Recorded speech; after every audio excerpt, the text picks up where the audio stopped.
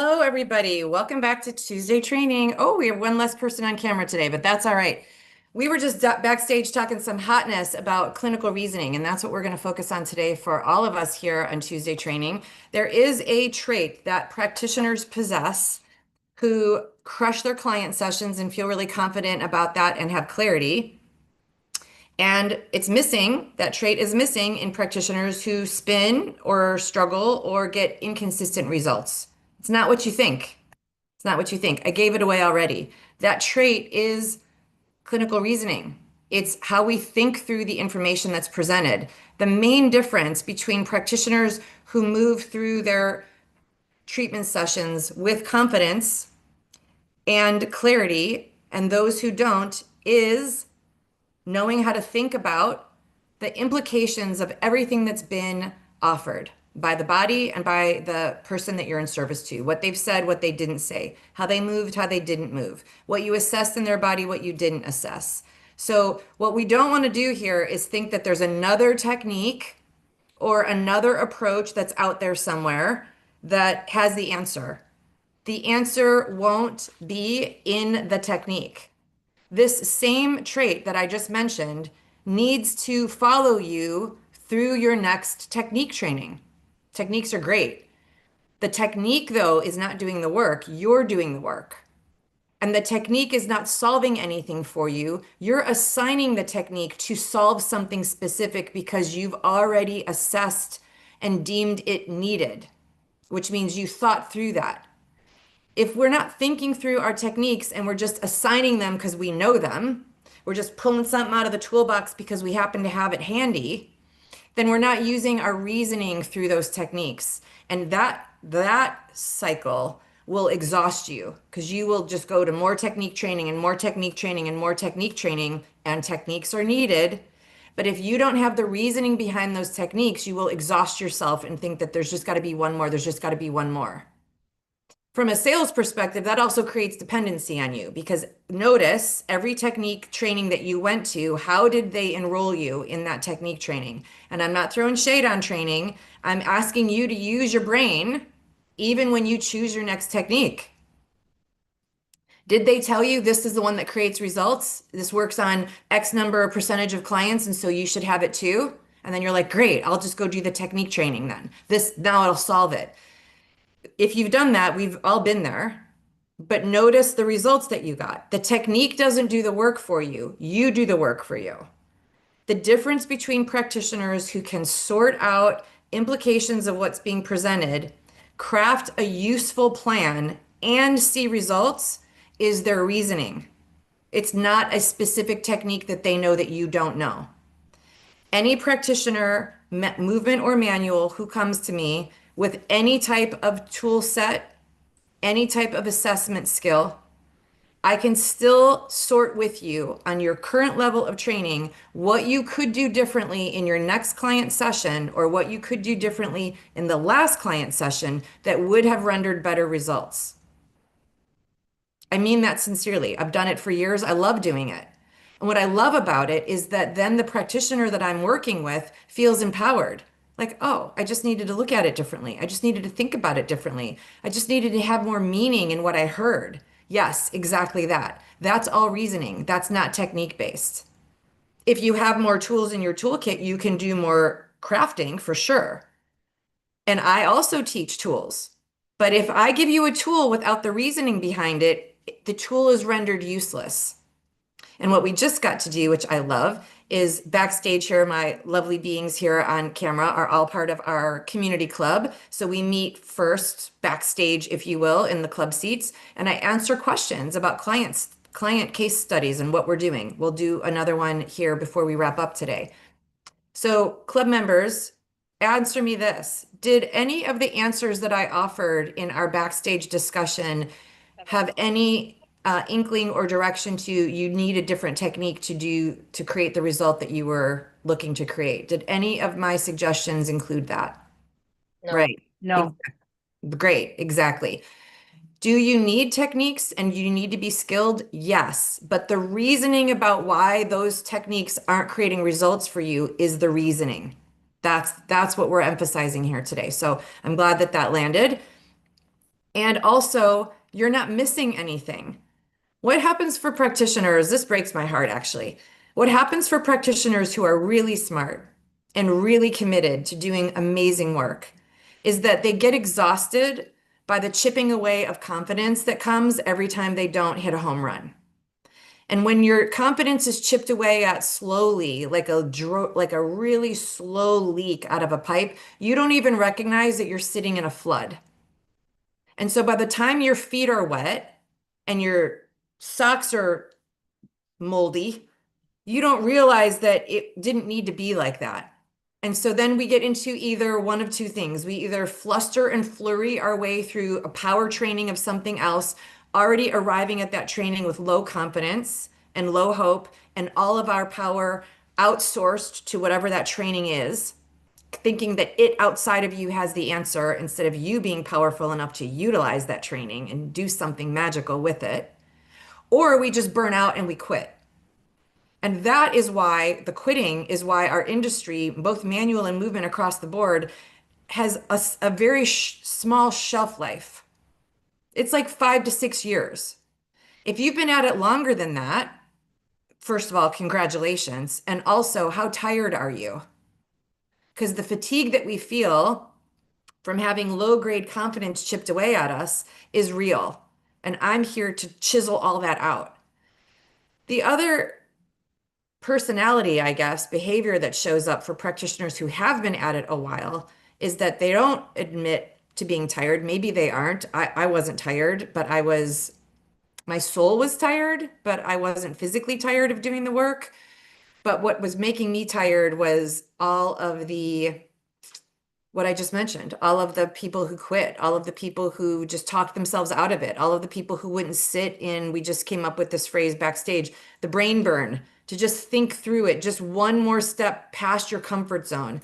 And what I end up experiencing now is practitioners at that caliber are super defensive. They don't want to admit or be told that they don't know something. They don't have the curiosity to lean in and be like, wait, you know how to do something different? Lean in and show me how did you do that exactly? Without it being like a referendum on their lack, right? So there's all kinds of ways that we take ourselves out of the game when we have high standards. What I want to do is have you keep the high standards and feel high standard in the process. And that requires clinical reasoning. It's the only difference between practitioners who crush it and those who question. It's the clinical reasoning. It's not a special technique outside of you. I'm telling you, it's not. You can do a lot with what you already know. The knowing what you know is the key. Well, what do you mean, Gina? I know it. No, it's not the knowing like capital N-O-W, know.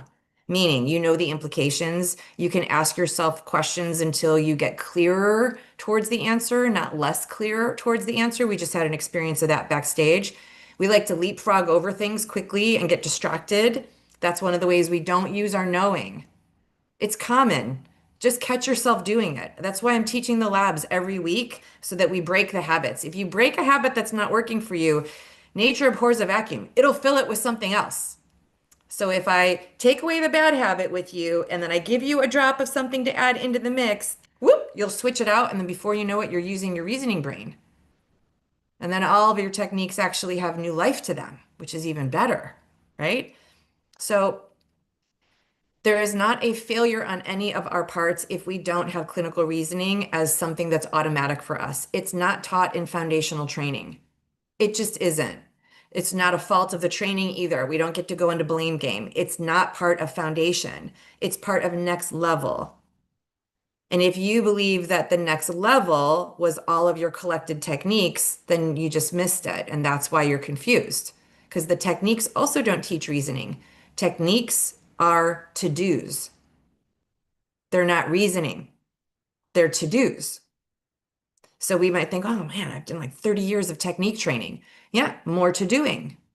But in those trainings, they don't teach you the reasoning. I know that. I took them as well. So it's not foundational. Clinical reasoning is not foundational. Clinical reasoning is not also something you memorize. So for those of us who are like, just give me the steps, just give me the matrix, like just tell me what it is, Gina, just like tell me what it is. It doesn't work like that. And that will frustrate you until it excites you. Because clinical reasoning is not foundational and it's not memorized. It is a power that you have in how you direct and manage your brain with information that's been brought to you and what you do with that information before the doing, the meaning that you make out of it, the clarity that you have with it, the story that it presents in front of you before you take action. So, what you do with that information in your brain, not what you do with it outside of you with your client. That's the skill. It feels like it takes longer until it doesn't take longer, but it takes longer while you're learning it. Clinical reasoning for the win. That is the number one difference between practitioners who crush it and feel their confidence and practitioners who get intermittent results and feel good on the days that it worked, but don't actually know how it worked. I'm sure all of you are creating results. Thank God for you and the work that you do. And when you create results, do you know why it worked? Because if you don't know why what you did worked, you're not at a mastery level. You got lucky. And I don't mean to be minimizing by saying that. If you don't know why it worked, you don't own those results. You got lucky that they presented because you put the right order together. And if you don't know why they didn't work, then you get more confused. It should be a neutral event. It worked, it didn't work. The results are neutral. You get to be objective about those results. And objective means you use your brain. You don't get emotional and implode on yourself and be like, oh, shit, or worried or tentative or guarded. That's all emotional reactions to not having agency over what you do with the information. It either worked or it didn't work. Do you know what worked and why? Do you know exactly what didn't work and why? Until the answer to both of those is yes, with a head nod, then you just don't have your reasoning yet. And it will come, not through technique. It will come through building your reasoning. Okay? So while I say it doesn't come through technique, I want to really emphasize this again. I am not opposed to techniques. I have a whole slew of tools in my own methodology that I think are gangbusters. Again, assigning one of them just because they're gangbusters doesn't mean they'll work. You got to know when to apply them and why, under what circumstances would you apply them? And then what did the body do with that information? It's not the tools or the technique or the approach that needs to be updated. It's your interfacing with the tools and the technique that get to be upgraded. That's what you're all striving for. You're striving because you want the answer. You want the solution and you want to feel really good about what you do. Techniques don't do that for you though. You're the driver, right? You're the driver. It's like having the best race car on the planet won't win the race if it's sitting in the garage. It also won't win the race if you're pressing the brake every quarter mile. You're the driver. You drive the vehicle to the win, to the end zone. You use the technique to create the results. How do you do that? Exactly. That's the next cut. That the standard that you're looking for is how to use your brain. The standard that you're craving is the confidence in your brain that will come only from your brain. It won't come from a tool outside of you. The tool outside of you is the car in the garage. So I love tools. I love techniques. They're mandatory. What you're looking for is the brain burn. Sit in the sauce for just a few more minutes and think through it differently to the end until you can answer the questions. Okay, so clinical reasoning. And all of my practitioners, my shots method practitioners, you guys know that's what we're up to. I teach you a whole bunch of stuff and then I teach you how to think through the stuff, right? If I gave you the whole method at the end of the year, you wouldn't be necessarily more skilled. You'd be busier. You'd have a lot of other tools to use, but you got to think through them. And that's why we spend a whole lot of time on probable cause and clinical reasoning and strategic thinking and charting a treatment plan. Not just that you're busy, but why? Why are you choosing to do what you do? Here's how you'll know that you're not busy and that you're being effective. Because what you're doing feels natural. You feel clear and calm, and you have already, before any of that, articulated to yourself why you're doing the thing you're doing. Because it makes sense to you mechanically, biomechanically, orthopedically, structurally. It makes sense to you somewhere. And then while you're administering your plan, you remain calm. If you feel flustered at any point in that window that I just that scenario that I just painted for you, then you're not in clinical reasoning. Because your brain will only lead itself or it'll lead where you tell it to go. If you feel flustered, it's because your brain led itself. You weren't the thinker. You didn't drive. It takes practice, but you got this. Everybody here listening to me, you have got this. You've got enough skill and enough technique. The next cut that you're looking for is how you reason through it. I'm going to look online and see what the chat is saying. Anybody here dropping in any comments or any questions? Okay, perfect. Well, we do have a question that's already in queue. Sherry has a client question. I'm all ears. Okay, this is I want to preface this by saying I don't have a lot of the assessment tools or a lot of the even the anatomy I'm not so great on. But the Okay. situation is there's a 72-year-old runner who's come to me over many years, and he wants to eliminate the sharp pain that wakes him up at night sometimes. That it's kind of medial to his left scapula, towards the bottom of it, and it wakes him up, and then he gets acid reflux symptoms. He sleeps in a fetal position usually. He doesn't. There's some clues that I have. Mhm. He doesn't. If he does bent knee sit-ups, then he doesn't get awakened at night with this sharp pain. And he says, what kind of an idiot am I that I don't do the bent leg sit-ups when I know they work to eliminate it? But anyway, he's not always good about that. He feels like there's something pressing on something else that releases this foul tasting liquid, which is part of the acid reflux kind of symptoms that he gets. When he wakes up, and what relieves it is walking around his house for a few laps, sitting up and walking around his house for a few laps. What relieves what? The shoulder pain or the reflex? Uh, both of them. I think both of them. For sure the shoulder before for sure the shoulder pain, and I'm not sure about the reflux taste. Okay. So what's your question, Sherry, about your client?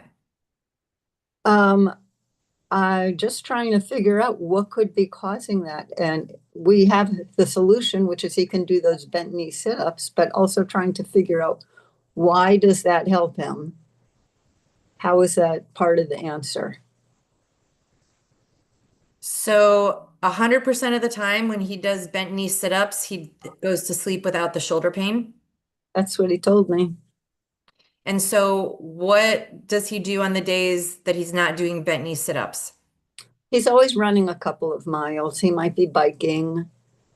What I meant was instead of if bent knee sit-ups solves the problem, then what is he doing not bent knee sit-ups on some days? Is that like what Yeah, else? What's the exactly. difference? Exactly. Sometimes he's just skipping it. So skipping it altogether, not doing a different type of sit-up. That's right. Mm-hmm. And you're 100% positive. He's 100% positive. That's the only difference. Um, I wish I could ask him right now, but I don't Mhm. know if it's 100%. That's what he Okay. told me. Okay, got it. So, and how when he does the bent knee sit-ups, how many does he do? I don't know. I mean, Good. is it like one, or is it to fatigue, or does he do a couple sets? Do you know? I don't know. I would guess it would probably be a couple sets, knowing how he does things. Okay. So your question is, why does the bent knee sit-ups resolve the medial shoulder blade pain? And I'm also trying to make sense of he says he feels like something's pressing on something else that creates that foul taste in his mouth. So I'm trying to figure out, and I don't know if that's in the scope of what what you do, but it's like, why? Why? Okay, so I'm gonna need a little more clarity than something on something. Can you allow what does that mean? Something's pushing. What does that He mean? said he said there it feels like there's something pressing on something else that releases that foul smelling, foul tasting liquid. And um, he burps also. And then he says there's this deep feeling from like way inside, like this. He described it as an oh feeling. I guess just like a deep release. Welcome, Debbie. Um, okay, so what is your suspicion, Sherry? Do you think that those two things have anything to do with each other, or are you asking for clarity on two different, unrelated? No, I imagine they do have something to do. I think that sharp pain has something to do with the foul tasting liquid. That is my guess. The sharp pain at his shoulder, you think, has to do with his digestive response? Yeah, I think that. What do you think is the connection? I think it probably has something to do with pressing on the esophagus. What's pressing on the esophagus? Yeah, I just don't know if the like for example if the rhomboid muscles or maybe some of the because he's in a fetal position when this happens. He's all curled up, so maybe that trunk flexion has something to do with it. I don't know. Okay, so you're saying that he gets the medial scapular pain and reflex simultaneously. I think it's subsequent. I think one after the other. I think he wakes up with the pain and then he feels that liquid. I'm not entirely clear though. I should get more clear. Hmm. Yeah, we want to get more clear. And also, so that's part of the reasoning, right? So if any of us is taking action too soon and making suspicions too soon or drawing conclusions too soon, the reason why we draw conclusions too soon is because your brain wants an answer. Just because your brain wants an answer doesn't mean you found it. So watch that. That's the brain management that I was talking about a few minutes ago. Watch the tendency for the brain to drive itself towards an answer. It's going to. But you are the driver.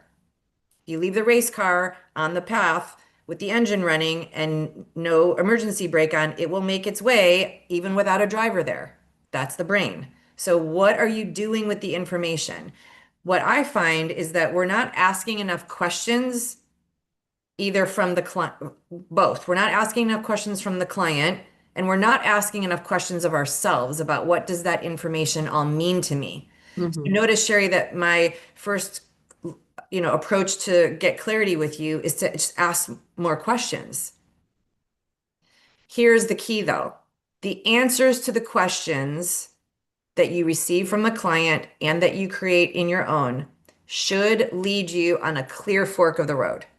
I just taught my practitioners a class on this a week ago.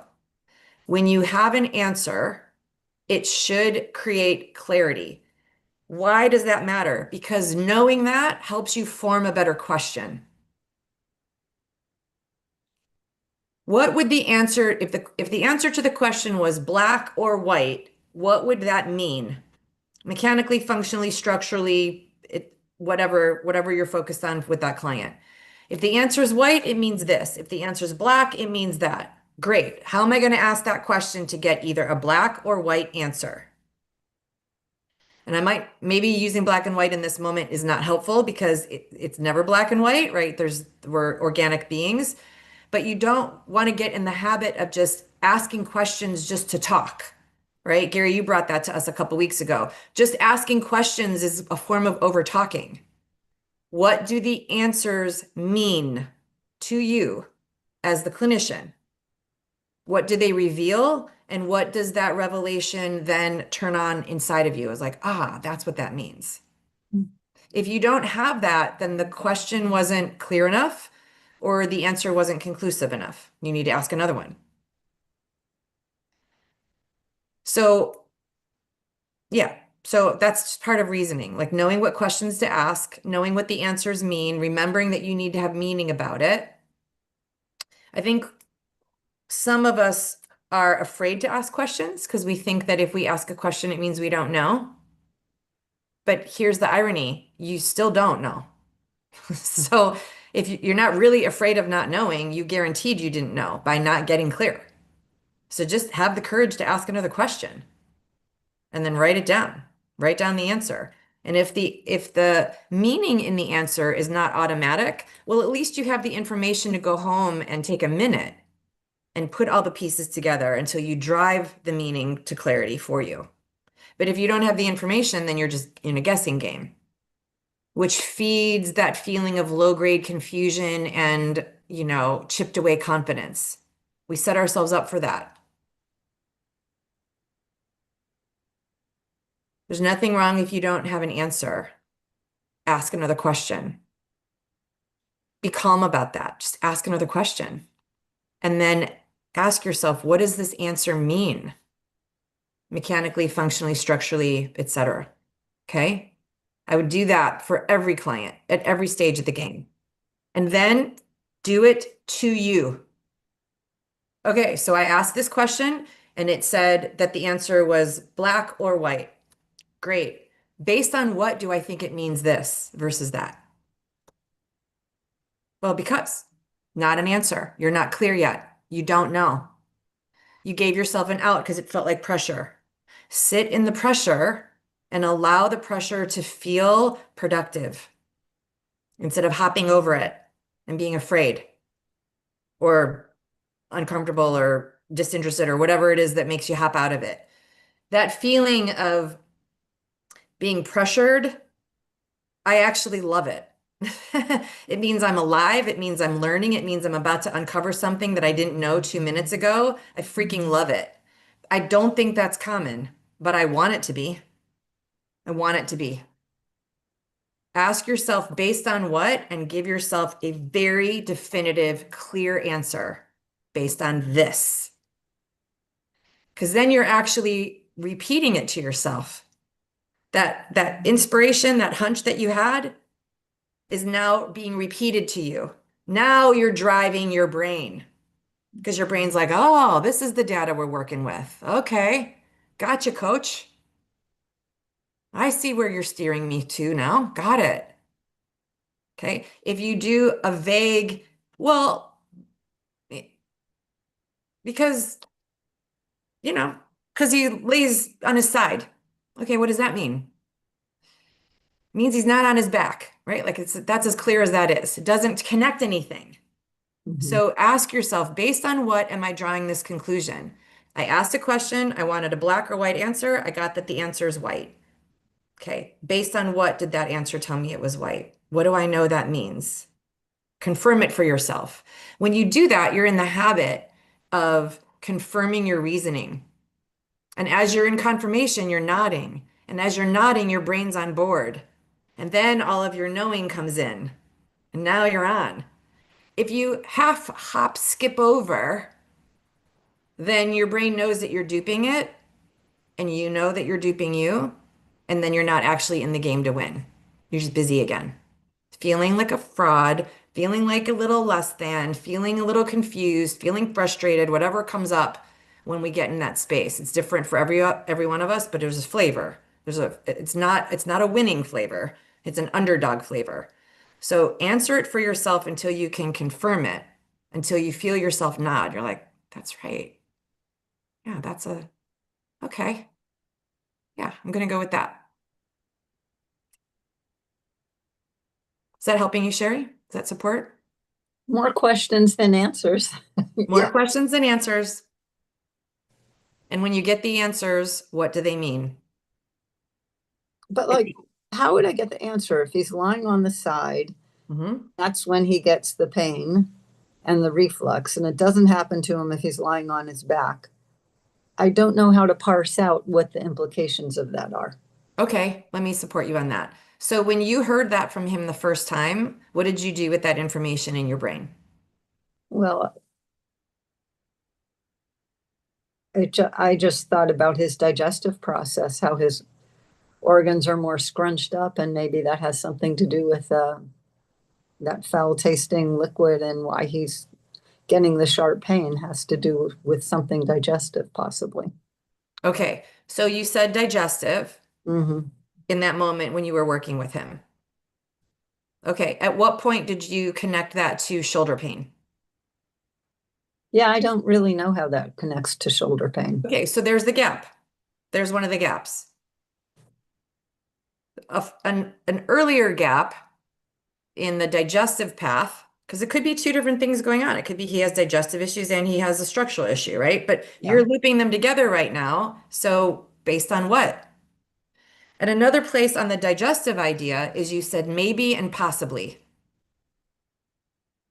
Maybe it's this. And then you continue to draw a story about it. You're Mhm. duping.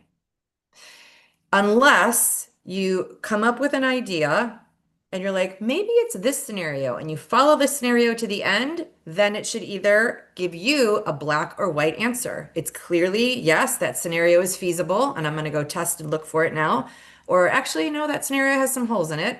I'm not going to go that route. Mhm. So the question you ask yourself when you make a conclusion still has to lead you towards a knowing, or it's not it. So, well, for me, part of the gap is okay. So I have these ideas. Maybe it is two separate things: the digestive issue and the back pain issue, or Mhm. the acid reflux and the back pain issue. But I'm just like, so do I think about individual muscles that are working, contraction? There's so many systems involved, not just the muscles, but the organs too. What organs?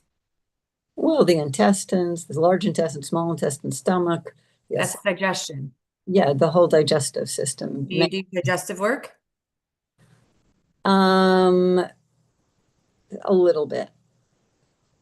Okay, well, we don't want Not to not a be, lot. I have not done any whatsoever with him. well, wait, are you qualified to do it? I don't have credentials for that. No, it's more Okay. self-knowledge stuff I've learned along the way. Okay, so I'm just going to be direct. Okay. We don't want to be a jack of all trades and expect us to have expert level results. Hmm. You're either going to work with him on digestive stuff or you're going to know just enough to know that's not in your lane and you're going to redirect him somewhere else for that. Right. That makes you an expert. When you refer out, experts refer to experts. But if you dabble sort of kind of because you know a little bit that you read online and That's you're not actually solving his shoulder pain, now you've been a jack of all trades and you didn't help him with anything really. hmm So stop doing that. hmm All of us, please. Be an expert. Be courageous enough to stay in your lane and be clear on what you know and super clear on what you don't know. You don't have to be everything to all people, but you want to be an expert. Focus on the thing you want to be an expert at. If you want to go the digestive route, then go do it full hog, Sherry. If you want to do the structural stuff, then focus on that and know enough about the digestive to separate it out from his shoulder pain, unless something came to you that they were connected, hmm right? We talked about that backstage. Are they connected or are they not connected? Sometimes they are, sometimes they aren't. hmm But don't pile drive yourself with it and then try to fix everything. hmm Trying is not solving. If you're in a trying mode, you're stressing. It's not the calm, clear, I got this feeling that comes when you're on it. I want that. I know you guys want that too. I want that for you. One of the ways to practice getting there is by not being a maybe sorta jack of all trades, hmm even in your thinking. It's sloppy thinking, right? Experts are like, this is my zone. I don't know what I don't know. This is what I know. I don't know what I don't know. This is what I know. That's expert thinking. They are unwaverable. So, how they do that is they practice, not wavering. They focus. So, if what you want is to solve his shoulder pain and you don't think it's connected to the digestion, you have helped him solve his shoulder pain by referring him to get this other thing taken care of. Yeah. Okay? Does that support you? Yeah, that does. Amazing. We're brain honing. That's what we're doing. We're brain honing. Any other questions, my friends? Anybody got a question? We got a couple of minutes left. Anybody? Okay. Well, I look forward to you asking other questions of yourselves and of your clients that you're in service to so that you can practice your reasoning. Here's my last invitation for everybody, whether you're here live, hi guys, I see you on YouTube, whether you're here with me in the club seats, whether you're watching this on replay even 6 years from now. Here's my invitation. Please lean in to the clinical reasoning. It's not a character flaw to not have it. It doesn't make you less than. It actually is an illustration of your courage and commitment when you lean in and ask for support. I shared this yesterday in our lab. I'll share it again here while we're live. Back in the day, way back in the day, 30 some years ago, 37 years ago, I think I was in school. I loved clinical reasoning. I've always loved it. I love the brain burn. I love it. And I would make office hour appointments with the president of my school, who was a mechanotherapist. And I would literally walk through client cases with him. But if they did that and then I did this, but then the body said that, what does that mean? But what does it mean when the body does that? Should I do this? Well, what if I did that? What if I didn't do that? What is the, I didn't use the word implication at the time, but what if I didn't do it? Like, then what did I cause? Okay, but if I did do it, but I only did it halfway, what did I cause? I would literally walk through every scenario of my actual plan. And for whatever reason, I wasn't embarrassed. I don't think that there needs to be a place of embarrassment. I see practitioners taking themselves out of the game because they think they're supposed to know more than they do. And then they don't ask enough questions because they don't want to feel weird about asking questions. My invitation is please lean in. I wish all of us had him or a version of him, which is why I show up here live every week so that you feel at least you can ask someone the question, right? Lean in and ask the questions. If you think you're going to figure it out on your own, it's the long boat. And I'm not the only one that had that experience. Jan Dommerhalt, who was also on our recent summit, he said the same exact story about Janet Travell, who we've all heard of if you've done any work with trigger point work. He did the same thing. He went up to her after a workshop and said, "Could I ask you a question?" She said, "Yeah, why don't we do that over tea and cookies?" How lovely. And they literally sat and talked shop. He's like one of the best experts we have in our industry right now. That's how you get to expert status, by asking someone else who knows a bit more how to help you think through what you know. He didn't ask her to teach him more technique over cookies. He just talked shop with her. But if I did this and then I did that, but what does that mean? Right? Same conversation I had with the president of my school. Please, you guys, striving for excellence, I am all for it. Lean in to the discomfort of not knowing how to think through some stuff because the other side feels tremendous. Try not to do it on your own because you want to look good. Just bring it messy and sort it out with someone who will help you sort it out. It's a skill. How to manage your mind through clinical reasoning is another skill. Okay, babes? All right, I believe in you. I'll see you guys all next week, same time, same channel. Thanks. Bye for now.